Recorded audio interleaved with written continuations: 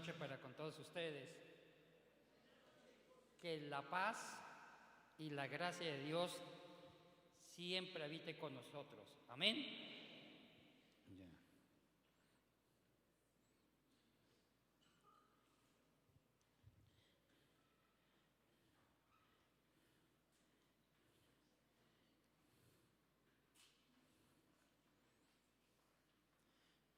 Estoy contento por estar con ustedes en el Centro Evangelístico de Pereira, agradecido con Dios por traerme aquí con los pastores, Pastor Gabriel y su familia.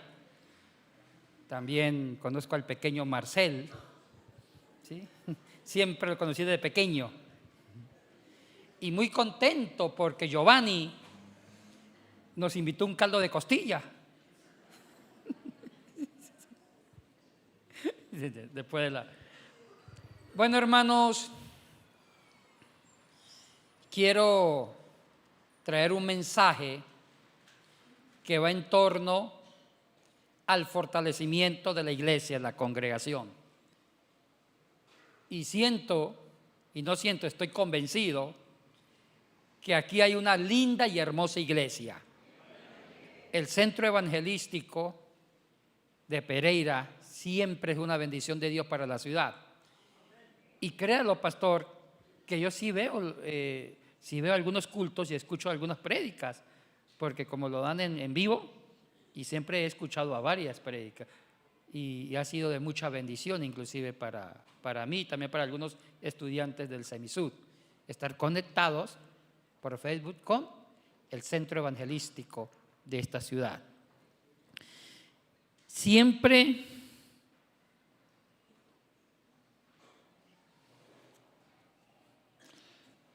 es un poco delicado traer un mensaje a una iglesia. Y siempre le he dicho a Gabriel que para mí es más cómodo enseñar, porque a uno le dan un sílabo, le dan un temario y uno se rige a la naturaleza de la cátedra. En cambio, predicar es complicado para un maestro, porque uno no sabe qué es lo que la gente necesita y tiene que escoger un tema, hasta tiene que uno orar mucho. Y anoche yo estuve orando, diciendo: Señor, ilumíname para dar una palabra apropiada en nombre tuyo a la congregación. Y en esa tensión de la oración con Dios, para ser sensible con ustedes y que el Señor me use para comunicar una palabra que llegue a sus necesidades y haga crecer sus corazones, me puso el texto de Efesios 4:11. Es un texto muy conocido, muy conocido. Leemos su santa palabra en el nombre del Padre, del Hijo y con la unción de su Santo Espíritu.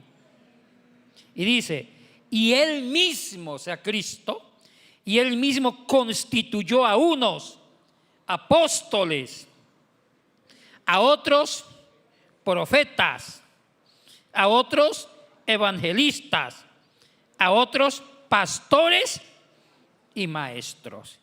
Pero miren lo que dice el versículo 12.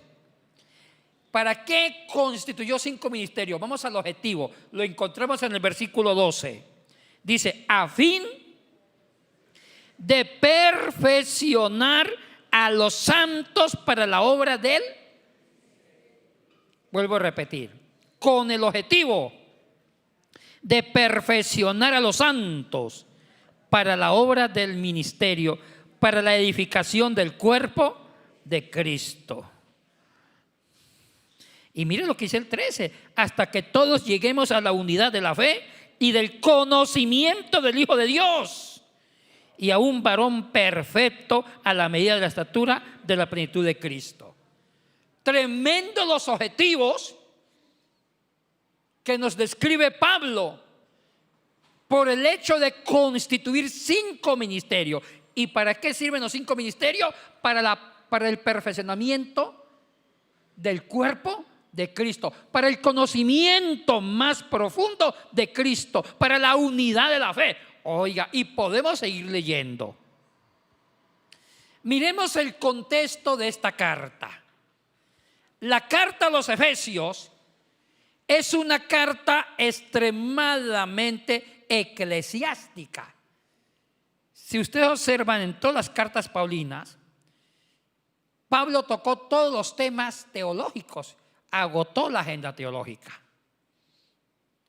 Hay dos cartas que tratan sobre la moral cristiana, las dos de Corinto. Hay dos cartas que tratan sobre cristología, Filipenses y Colosenses. Hay dos cartas que tratan la escatología cristiana, las dos de Tesalonicenses. Hay cartas pastorales, Timoteo y Tito, pero hay una carta extremadamente eclesiástica, donde habla sobre el origen, desarrollo y el perfeccionamiento de la iglesia, y es precisamente la carta a los Efesios. En ese contexto eclesiástico, Pablo habla de los 5 ministerios que para mí están vigentes, depende cómo se les entienda, que es otra cosa. Y esos 5 ministerios ayudan al crecimiento inclusive físico, espiritual, psicológico y el perfeccionamiento de la iglesia adentro y hacia afuera para transformar la cultura y la sociedad. Pero habla 5 ministerios.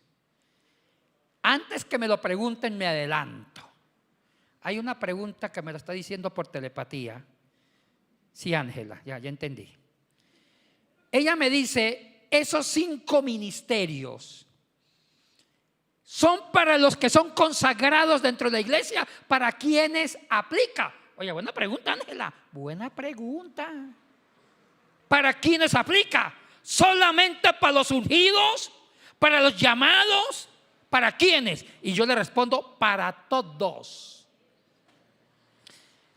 Hay algo que a mí me da una rabia. Cuando dividimos la iglesia en 2 tipos de iglesias: los titulares, o sea, los pastores y su equipo, y los suplentes, o sea, los hermanos de la banca. Ese lenguaje para mí es pecaminoso. Y ese lenguaje lo introdujo en forma equivocada la Iglesia Católica cuando separó el clero de los laicos. Y eso hizo un daño tremendo a la iglesia, porque unos hermanos cristianos se sentían de la banca, no participaban en los misterios, en el ministerio de la fe, y otros se creían los clérigos, obispos, cardenales. Y uno de los objetivos fundamentales de la reforma protestante del siglo XVI fue el tema del sacerdocio universal para todos los creyentes, que nosotros debemos llevarlo.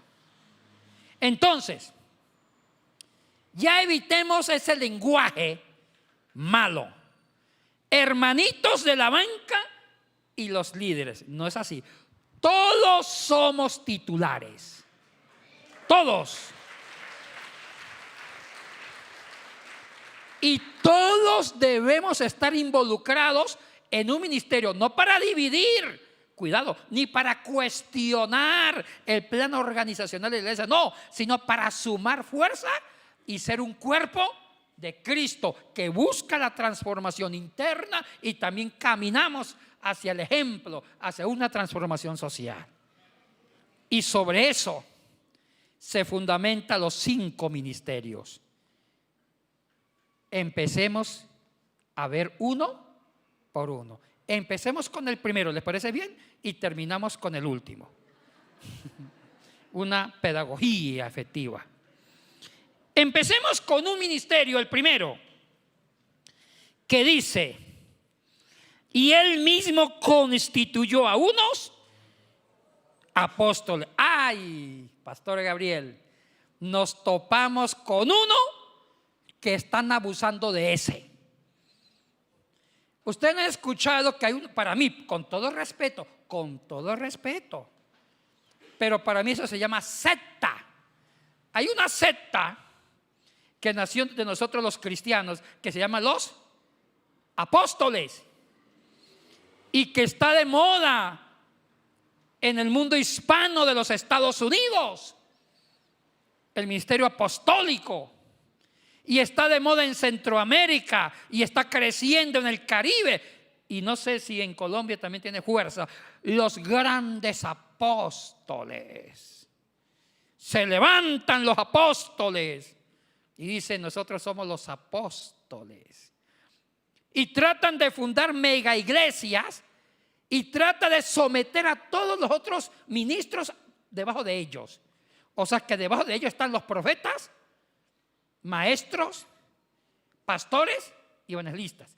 ¿Y sabe cuál es el fundamento teológico? Que para mí es un absurdo. Eso es un problema de ignorancia.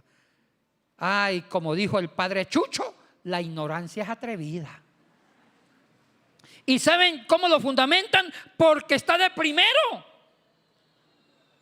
Porque está de primero en la Reina Valera. Obvio que alguien debe ser primero. Eso no significa que es el más importante, ¿sí me entiende? Es parte de un listado. Y no saben que en otros manuscritos en griego está primero los evangelistas. En otros manuscritos primero están los profetas. Depende del copista. ¿Cuál de los 5 puso primero? Entonces, esto es algo arbitrario para los copistas, porque el texto fue hecho en griego, no en español. Entonces, si revisan la cantidad de manuscritos entre las copias del siglo III al VI, hay varios manuscritos que se turnan de cuál de ellos está el primero. Algunos aparecen los maestros de primero. Eso es un libre albedrío del copista, cuál de los 5 pone el primero. Pero el que ponga el primero no significa que está por encima de los 4. Y ellos usan ese argumento tan débil académicamente, porque no es academia, para decir que los apóstoles están por encima de los 4. Error número 1. Ahora, pero vayamos al término. Para ellos, apóstol es una persona de mucha autoridad que maneja grandes cantidades de personas y somete a los ministerios, y se quedan radicados en una iglesia y no se mueven para otros lugares. Ese es un concepto erróneo del apostolado. Vayamos a la Biblia. ¿Qué significa apóstol? Y escuchen esto. La palabra apóstol es una transliteración del griego que significa apostello, un verbo, y apostello significa envío. Envío. Y el concepto de envío en el griego significa desplazamiento. Y el primer enviado fue Jesucristo. Técnicamente el primer apóstol fue Cristo, porque se desmovilizó del cielo hacia la tierra para cambiar nuestras vidas. Es el primer apóstol técnicamente hablando. Y de ahí viene la palabra apostolos, el enviado. Pero mire, vayamos despacito. Escuchen lo que viene. El Nuevo Testamento en griego se tradujo al latín en una famosa versión Vulgata Latina, y ya antes se habían hecho traducciones del griego al latín, e inclusive de todas las escrituras, tanto del Antiguo como del Nuevo Testamento. Escuchen bien esto. En textos latinos, porque el latín es hijo del griego, el verbo apostello, donde viene apóstol, que es enviado, se tradujo al latín como mitere. Mitere. Y mitere en latín significa envío. Y de ahí se desprende la palabra misio, sustantivo misio, o sea, misión. En otras palabras, en griego es apóstol y en latín ¿cómo sería? Misionero. Eso es todo.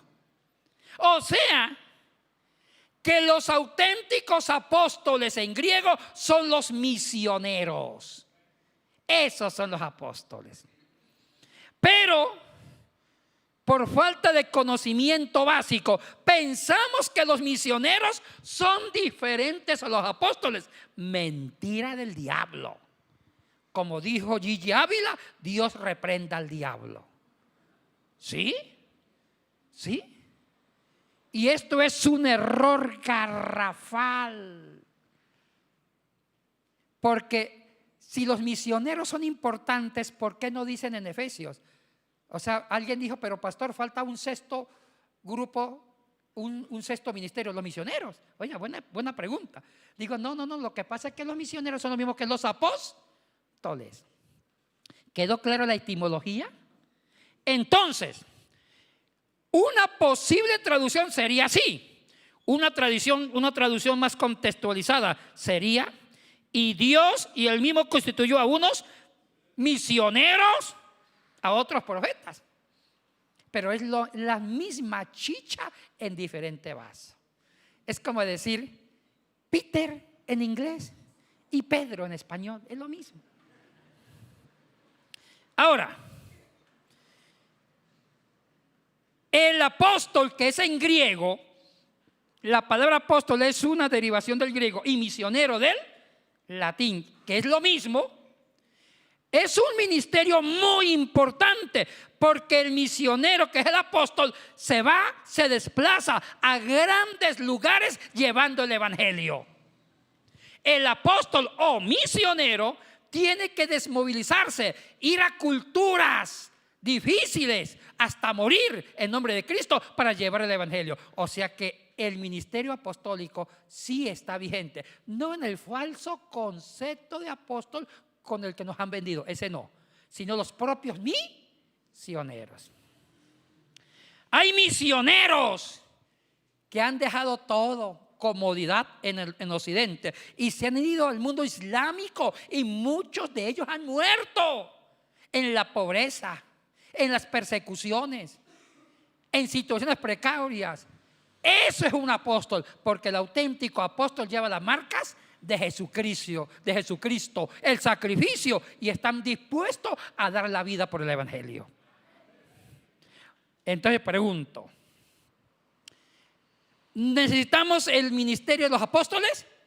Sí, claro que sí, pero en el buen sentido de la palabra, que son los misioneros, que hacen un trabajo que nosotros no podemos hacer, y ellos se preparan en antropología cultural, en psiquiatría transcultural, estudian otras culturas, aprenden a convivir con otras culturas y aprenden a resolver conflictos culturales. Son entrenados, es todo una área importante, y son desprendidos, se desprenden de su casa, de su estatus, de su posición, mueren a su yo para encarnarse en culturas diferentes al estilo de Dios en Cristo. Se desacomodó del cielo para acomodarse en la historia de la humanidad y para darnos el evangelio. Ese es un misionero. Entonces, ¿quedó claro el primer ministerio? Necesitamos misioneros o apóstoles. Y no se dejen confundir ni engañar. ¿Sabe qué es lo que nos libera? El conocimiento de la palabra. Y gracias a Dios que aquí tienen un equipo pastoral dirigido por el pastor Gabriel, que estudian y profundizan las verdades de la fe. Y eso ayuda a que ustedes no sean presas fácil de sectas, porque la verdad nos hará libres. Segundo ministerio,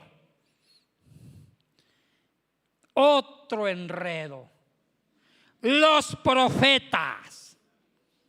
Hay otra confusión. Hay sectas que unen lo apostólico con lo profético. ¿Y sabe qué entienden por lo profético? Como un adivino. Viene el profeta, y la hermanita que quiere amar antes de morir le pregunta: señor profeta, ¿me casaré? Y viene el adivino. Para mí es un adivino que le falta el turbante. Le impone la mano y casi que le dice: abra calabra, pata de cabra. Casi que dice eso. lo que cambia es que nombra a Cristo, es la única diferencia. Dice hermanita, va a conseguir un gringo, perdón, un viejito, un salvador, lo que sea, y será feliz. Y a veces eso no se cumple. Yo me acuerdo en Guayaquil, una hermana de 60 años, antes de morir quería conocer el amor tangible, quería casarse. Vino un profeta americano y él abusó de su necesidad. Le dijo: sí, hermano, usted se va a casar el próximo año en diciembre. Llegó diciembre, no consiguió nada, hasta casi le da una neumonía. Casi se muere la hermanita. Y del coraje, de la rabia, en enero le contrató una volqueta y le llevó una volquetada de arena y se la tiró a la casa del profeta. Bien hecho. Porque no podemos jugar con las necesidades de la gente en nombre de la fe. Eso no se hace. Ahora, entonces, ¿qué es profeta? Si el profeta no es un adivino, ¿qué es profeta? Hagamos un estudio rápido. La palabra profeta viene de Naví. Y la mejor traducción del hebreo Naví, y la mejor traducción sería hablar en nombre de Dios. Dar una palabra oportuna, pertinente en nombre de Dios. Pero profundicemos. Miremos como modelo los grandes profetas de antaño, los profetas clásicos, como un Jeremías, un Ezequiel, un Isaías, un Amós, un Abdías, etc. Si uno revisa cuidadosamente las profecías de ellos, uno descubre varios elementos importantes para tener un concepto más elaborado de la profecía y de la función del profeta. Escuchen esto. En una revisión cuidadosa de los libros proféticos, uno descubre algo interesante. Los profetas eran grandes historiadores. ¿Sí? Grandes historiadores. Y miren lo que hacía. Cuando ellos daban un oráculo o un juicio, una palabra de juicio que se llama palabra profética, ellos primero hacen un análisis del pasado de Israel. Estudian la historia de su pueblo. Repasan qué cosas hicieron bien, qué cosas hicieron mal, y si fue un pueblo fiel a quién, a Dios. Y cuando llegan al presente, disciernen el presente. Y con ese análisis del pasado y presente, se atreven a lanzar un juicio al futuro en nombre de quién, de Dios. Ellos nunca se atrevían a dar una profecía si no analizaban en nombre de Dios la historia sagrada judía. O sea que no eran adivinos, eran historiadores que Dios usaba para calcular un futuro en base a un diagnóstico del pasado y presente en nombre de quién, de Dios. Léanse bien los libros proféticos, son joyas. Y hay una cosa interesante. El concepto del tiempo en las lenguas bíblicas no es el mismo concepto de tiempo en las lenguas occidentales modernas. No.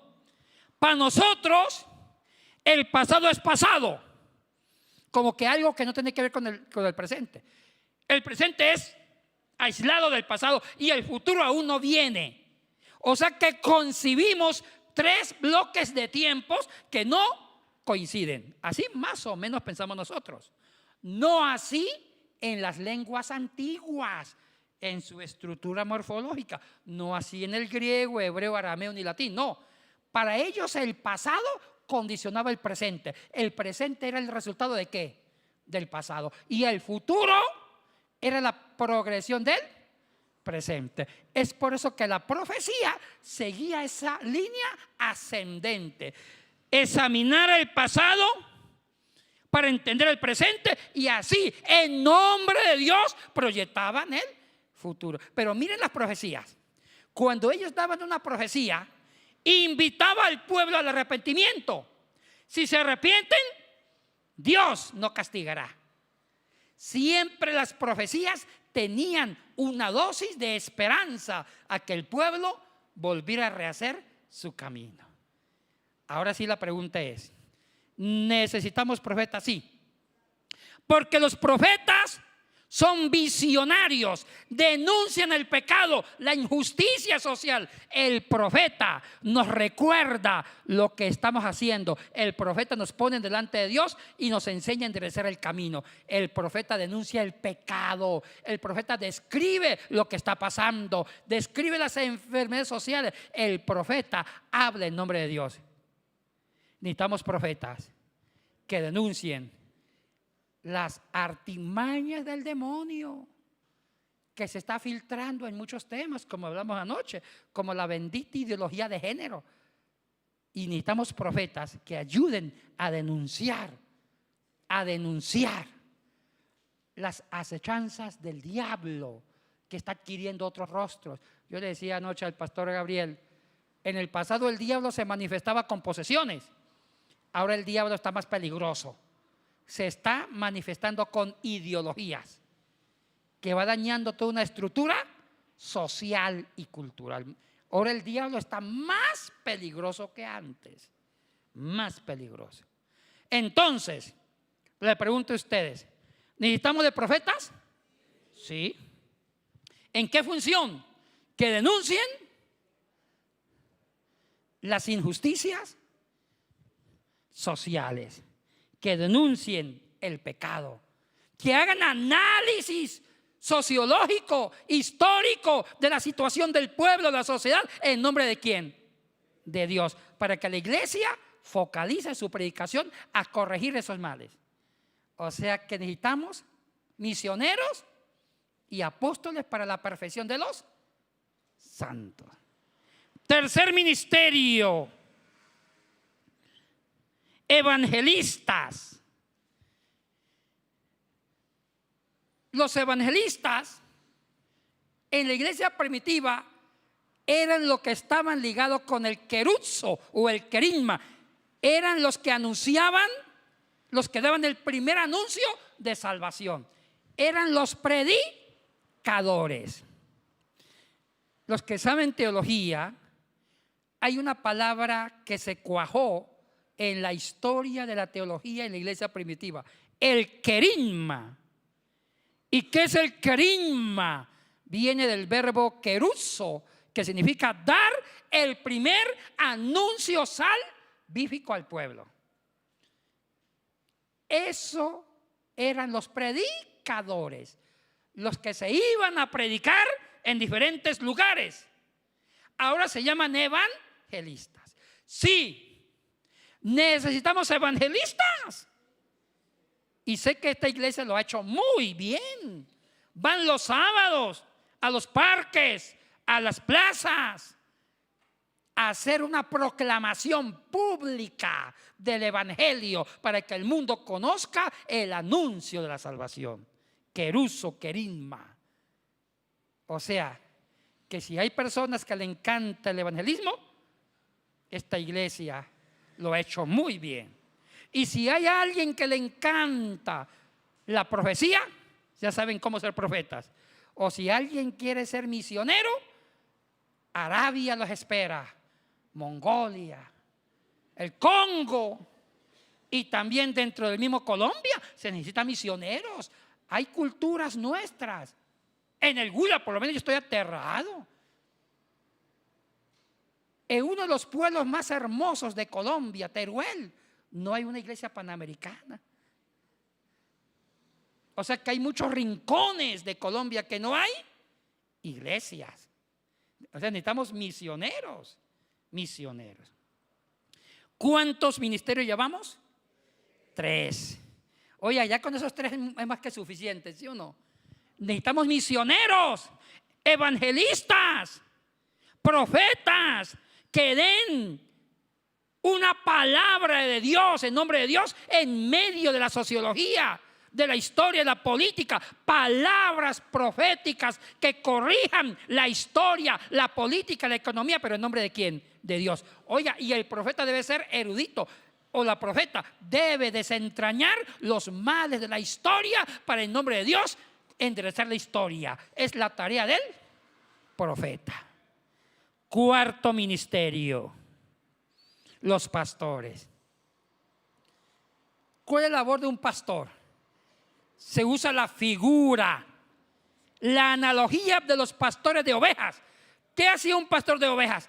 Consolidaba las ovejas, se sentaban con ellas, miraba que comieran, bebieran y que ningún animal atentara contra ellas. O sea que la función de un pastor es la consolidación de su fe, de la esperanza. El pastor las cuida, las amamanta, las alimenta. El pastor está dispuesto a la consejería personal, a visitarlos en medio de crisis. El pastor dirige todo eso, administra todo el cuadro de dolor que las ovejas viven y él dispone de todo un equipo para consolarlas en los momentos más difíciles. Oiga, qué lindo equipo, ¿sí o no? Qué lindo equipo. Dígame que con esos 4 ministerios bien activos, la iglesia no va para adelante.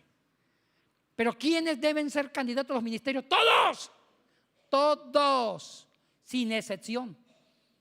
Todos deben identificar cuál es su vocación ministerial y contribuir en la iglesia. Quinto y último, los maestros. Los maestros. Ahí está la niña que grabó el programa de los 10 tipos de novios, ¿se acuerdan? ¿Sí lo escucharon? Ángela, ¿sí o no? Ya. Quinto tipo de ministerio, ¿quiénes? Los maestros. En la iglesia primitiva, en la iglesia medieval, los maestros eran los doctores, los pensadores, los escolásticos. Y la iglesia dio un lugar muy importante a estos maestros.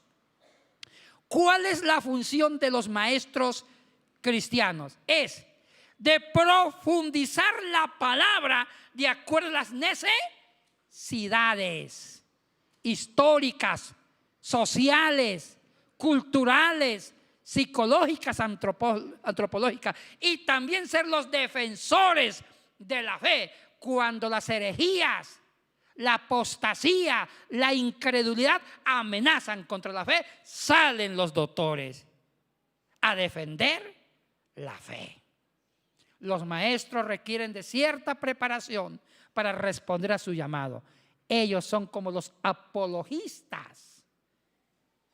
Enseñan la palabra y la contextualizan a la realidad y a la necesidad de la iglesia. Son los pensadores. Ellos hacen un trabajo muy importante en el cuerpo de Cristo, de ser los apologistas con criterio y fundamentos y no permitir que el diablo, el ateísmo, el pecado atente contra la pureza de la fe, esa fe que es un regalo que Dios nos dio para salvación. Hermanos, ¿está claro los 5 ministerios?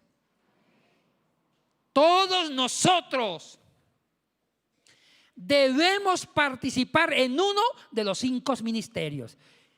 Y con el respeto y con la confianza profunda que le tengo al pastor Gabriel, yo lo desafío. Que ya mañana diga, pastor Gabriel, yo quiero ser maestro. Aquí hay una universidad que preparan maestros, hay una universidad, aprovechan la universidad y me ha sorprendido. Viene mucha gente a estudiar. Eso es algo muy hermoso. Habla bien de esta hermosa iglesia, que están comprometidos con el estudio de la palabra. Muy bien, y eso es compromiso cristiano. O que alguien diga, pastor, quiero ser evangelista, ayúdeme. Facilíteme medios para proclamar el evangelio en muchos lugares de Risaralda o más allá. O pastor, yo quiero ser un profeta. Quiero denunciar, quiero denunciar la corrupción, las injusticias, ciertas líneas maquiavélicas que destruyen una política sana. Quiero denunciar la injusticia social, etcétera, etcétera. El profeta, en nombre de Dios. Oh, pastor, quiero ser misionero. Siento en mi corazón llevar la palabra a tales lugares. El misionero. Hermanos, todos examinen su vocación.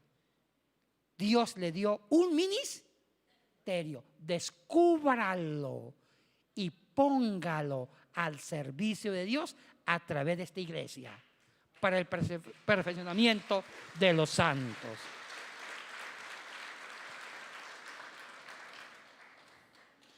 Hermanos, nos ponemos de pie.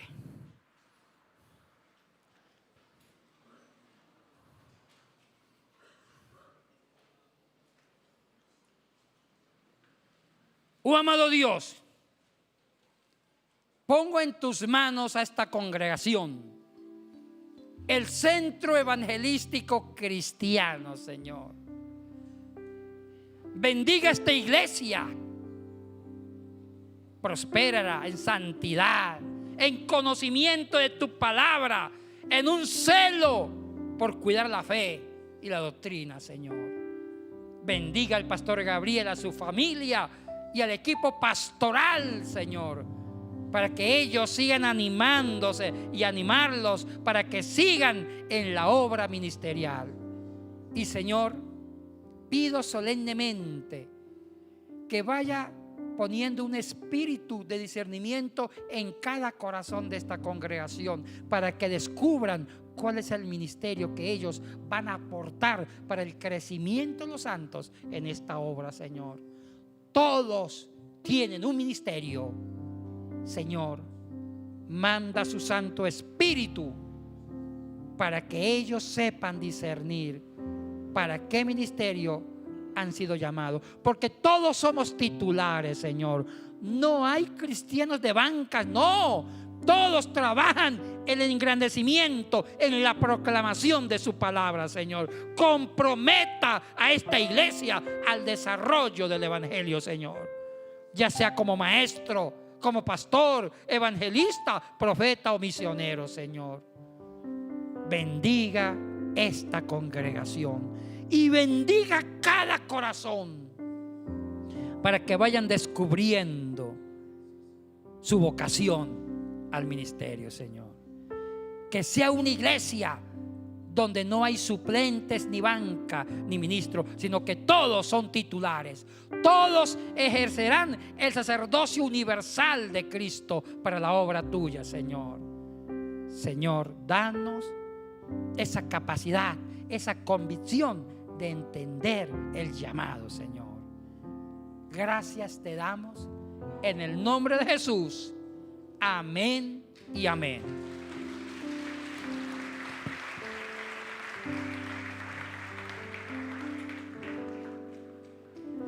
Muy bien, tengan la bondad de sentarse, ya vamos a terminar. Luego su atención para luego orar y finalizar el servicio. Queremos saludar a las personas que nos acompañan por primera vez. Si tenemos alguien, alguna persona